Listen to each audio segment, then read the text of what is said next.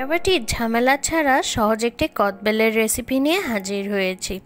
তো চলুন রেসিপিটি শুরু করা যাক। এখানে আমি দুটো কদবেল নিয়ে নিয়েছি, দুটোকে আমি ভেঙে নিব। দেখুন ভিতরটা কত সুন্দর পাকা।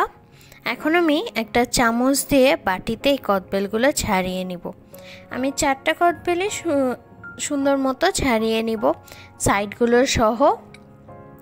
সাইডে যেটা লেগে থাকে ওটাও আমি চামচ দিয়ে একটু একটু করে কাছিয়ে নিচ্ছি। দেখুন আপনারা ওইভাবে পুরো কদবেলটাই কাছিয়ে নেবেন।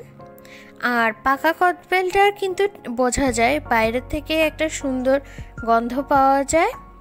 আর আপনারা যদি কদবেল মাখা যারা তাদের কাছ থেকে কিনেন তাহলে তো আরও বেশি ভালো হয়। পাকা কদবেলটা আপনারা একটু দেখে কিনবেন।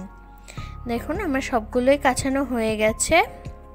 এখন আমি হাত দিয়ে এগুলোকে একটু সাইড করে নিচ্ছি। আজকে আমি সবগুলো জিনিসেরই মাপ সহই আপনাদেরকে দেখিয়ে দিব। 1 টেবিল চামচ কাঁচামরিচ দিয়ে দিচ্ছি।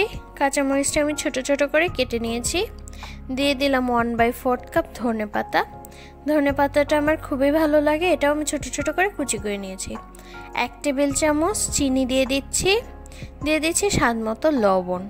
লবণ আমার আর একটু বেশি প্রয়োজন হয়েছিল পরে। 1 টেবিল চামচ সরিষার তেল দিয়ে দিচ্ছি।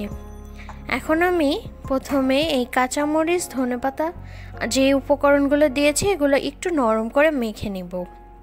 আপনারাও হাত দিয়ে একটু শক্তি দিয়ে মেখে নেবেন। তারপরে কদবেলের সাথে পুরোটা আস্তে আস্তে মাখিয়ে নেব। এইটা কিন্তু আপনাদের কোনো বাটাবাটি ঝামেলা নেই, শুধু হাত দিয়ে মাখিয়ে আপনারা ভর্তার মতো এটাকে পুরো মাখিয়ে নিতে পারবেন। কদবেল মাখাটা কিন্তু খুবই মজার হয় আর এত টেস্টি যে বলার বাইরে। আরও সুন্দর সুন্দর রেসিপি পেতে চ্যানেলটাকে সাবস্ক্রাইব করে পাশেই থাকবেন। আল্লাহ হাফেজ।